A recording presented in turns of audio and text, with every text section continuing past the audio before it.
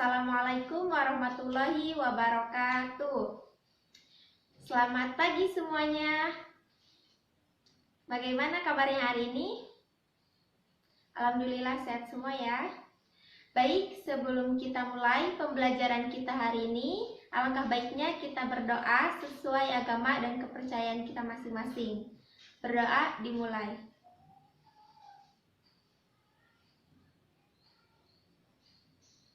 Berdoa selesai.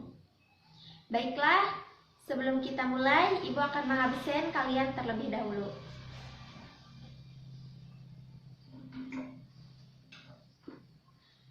Bagi yang namanya disebut, harap mengangkat tangannya ataupun mengucapkan hadir. Juwita Dewi, hadir ya. Farida Ratna, Sueba, Uswatun Hasanah. Lengkap semua ya.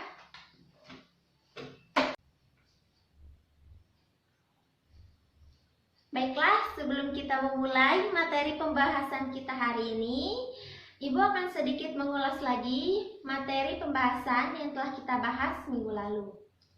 Siapa yang masih ingat materi apa yang kita bahas minggu lalu?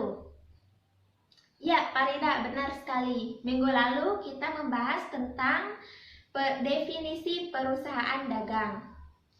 Siapa juga yang masih ingat apa itu perusahaan dagang? Ya, silahkan.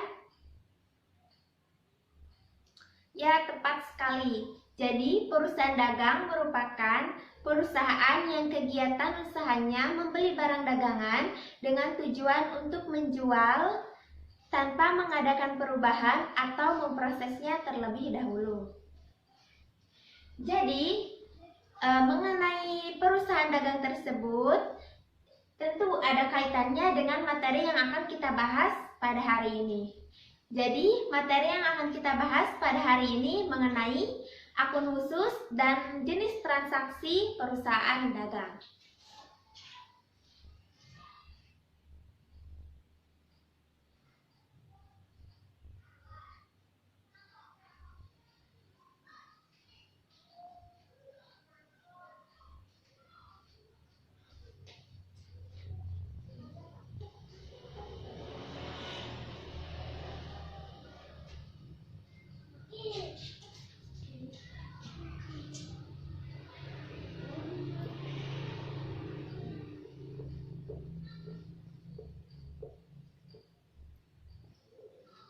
Kita akan membahas mengenai akun khusus dan jenis transaksi perusahaan dagang.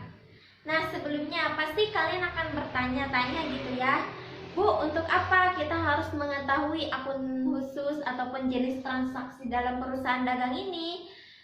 Ya, tentu saja pembelajaran kita kali ini memiliki tujuan, dan tujuannya itu sangat penting, yaitu yang pertama supaya kalian tahu mengenai akun khusus dan jenis transaksi dalam perusahaan dagang itu seperti apa.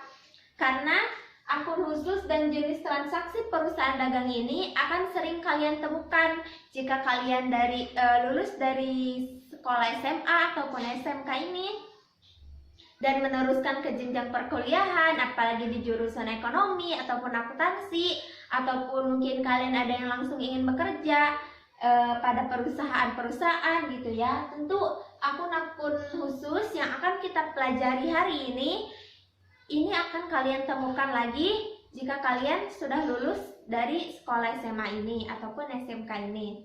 Nah, bahkan sebelum kalian lulus juga sebenarnya akun-akun khusus ini sudah sering kalian temukan dalam kegiatan sehari-hari yang kalian lakukan gitu. Baiklah, mungkin dari kalian ada yang sudah tahu mengenai akun-akun yang biasa terjadi dalam transaksi perusahaan dagang? Ada yang sudah tahu? Ya, benar sekali, pembelian, lalu penjualan. Ya, terkadang akun pembelian dan penjualan ini sering terjadi dalam transaksi perusahaan dagang karena memang dari definisinya saja perusahaan dagang ini melakukan transaksi jual beli gitu ya. Nah, yang pertama Di sini Ibu akan membahas satu persatu mengenai akun transaksi.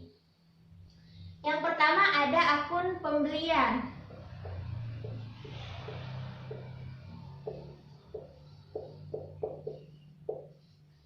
Nah, transaksi pembelian dalam perusahaan dagang yang paling spesifik adalah pembelian barang dagang. Tetapi terkadang pembelian juga ada pembelian perlengkapan, pembelian peralatan, ataupun pembelian jasa ataupun yang lainnya. Pembelian ini biasanya bisa dilakukan secara kredit ataupun tunai. Nah, jika kita melakukan pembelian, biasanya jika kita mengeluarkan kas ataupun kita melakukan transaksi tersebut secara kredit, kita akan mendapatkan faktur asli ataupun kwitansi sebagai bukti adanya kas keluar. Nah, pembelian ini sering kita alami dalam kehidupan kita sehari-hari. Misalnya kalian membeli somai, membeli batagor, nah itu juga sudah termasuk ke akun pembelian karena di mana kalian mengeluarkan uang untuk membeli barang tersebut dan jadi nanti akan di situ sudah terjadi adanya transaksi pembelian. Nah, bedanya lagi jika dalam perusahaan dagang tentu pembeliannya merupakan kas yang bernominal besar gitu ya. Misalnya pembelian peralatan mesin, pembelian perlengkapan barang-barang yang lainnya gitu tuh. Misalnya pembelian bahan baku ataupun yang lainnya. Nah, selanjutnya ada akun retur pembelian.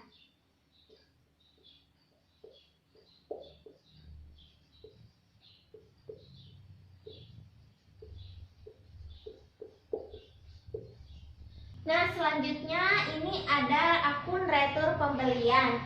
Nah, akun retur pembelian ini biasa terjadi jika kita sebagai customer ataupun pelanggan merasa kurang puas ataupun tidak puas terhadap barang yang kita beli.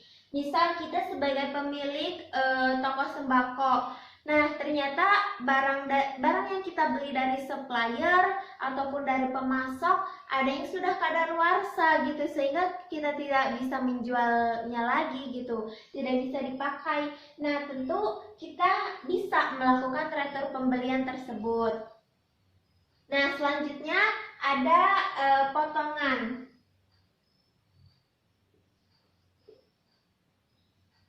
Ada potongan pembelian.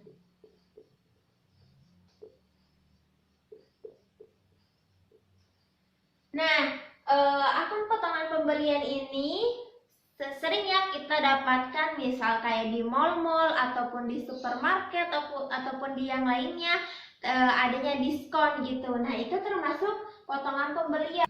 Nah, biasanya kalau di dalam perusahaan dagang ataupun perusahaan yang besar itu potongan pembelian terjadi ketika perusahaan tersebut misal melakukan transaksi pembelian secara kredit gitu ya, membeli bahan baku secara kredit. Nah, ternyata perusahaan tersebut melunasi sebelum tanggal jatuh temponya. Nah, terkadang kita bisa mendapatkan potongan harga ataupun diskon dari supplier tersebut. Nah, akun selanjutnya yaitu mengenai beban angkut pembelian.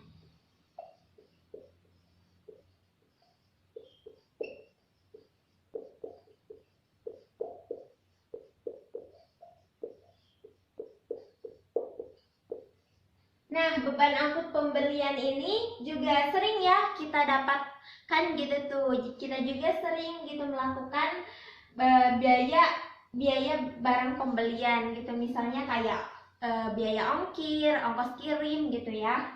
Nah, terutama dalam perusahaan yang melakukan pembelian dalam jumlah besar, dalam jumlah banyak gitu ya, pasti membutuhkan biaya untuk angkut barang pembeliannya tersebut.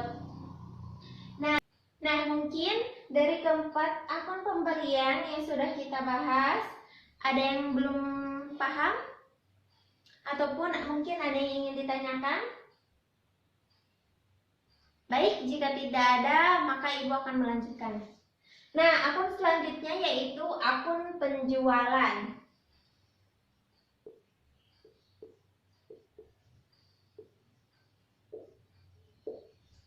Nah, akun penjualan ini merupakan kebalikannya akun pembelian. Karena yang dari awal kita tahu definisi dari perusahaan dagang itu memiliki tujuan untuk menjual barang dagangannya tersebut. Jadi, di akun penjualannya ini, jika kita sebagai pemilik perusahaannya, yang dimana jika pembelian, perusahaan membeli barang bahan baku ataupun barang dagangan kepada supplier. Nah, kalau di penjualan, perusahaan ini menjual barang dagangannya tersebut kepada customer ataupun agen-agen gitu ya. Nah, selanjutnya ada juga retur penjualan.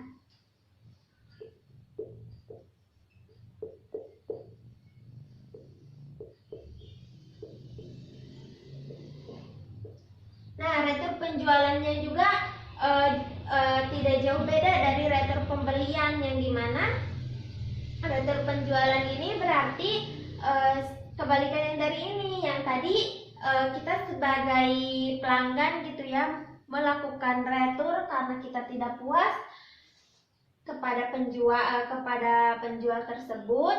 Nah, di sini kita sebagai perusahaan ini yang mendapatkan kayak komplain gitu dari pembeli tersebut ataupun dari pelanggan tersebut.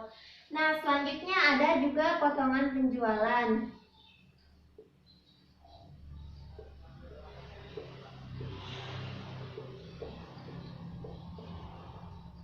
Nah, potongan penjualan ini juga sama ya, nggak jauh beda dari potongan pembelian, yang dimana perusahaan tersebut memberikan potongan terhadap customer ataupun pelanggan yang membeli barang di perusahaan tersebut. Nah, ada juga beban angkut penjualan.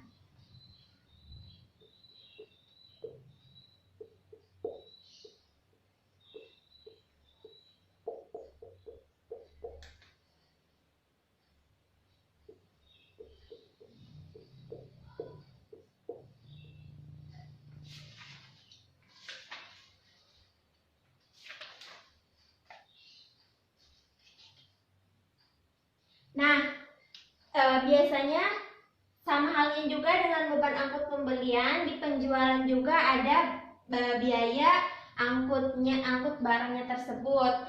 Nah, terkadang kalau misalnya beban angkut penjualan ini, jika yang terjadi dalam perusahaan dagang, misal perusahaan tersebut mengirimkan barang kepada agen-agen ataupun kepada toko-toko, jadi bebannya tersebut dibiayai oleh perusahaan tersebut ataupun yang bayar ya perusahaannya, kayak gitu. Nah, ini termasuk beban angkut penjualan. Nah, mungkin dari 8 akun khusus yang biasa terjadi dalam transaksi perusahaan dagang ini, ada yang belum kalian paham ataupun ada yang belum kalian mengerti, boleh ditanyakan. Siapa? Mungkin ada yang belum paham?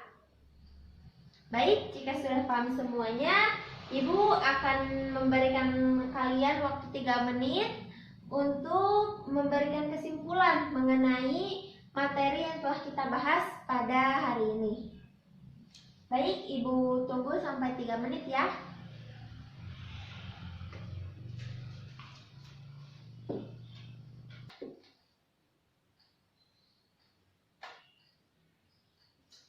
Oke, waktu telah habis. Mungkin kalian sudah menyimpulkan ya.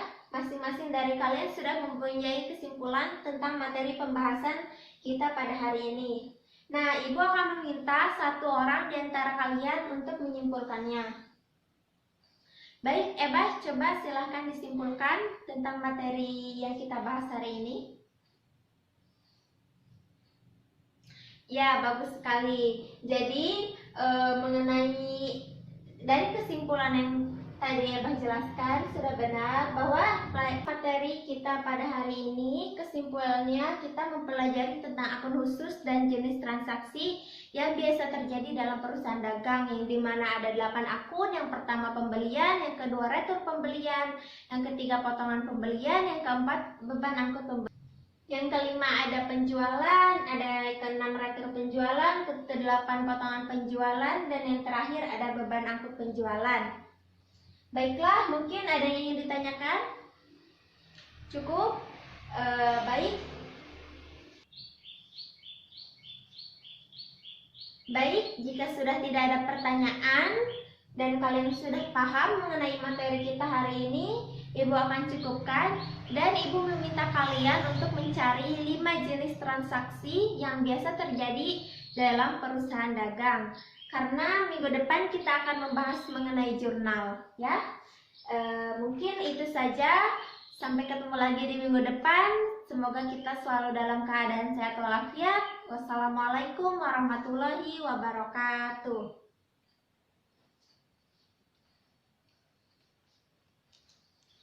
Oh iya, jangan lupa like, comment, and subscribe. Oke, bye-bye.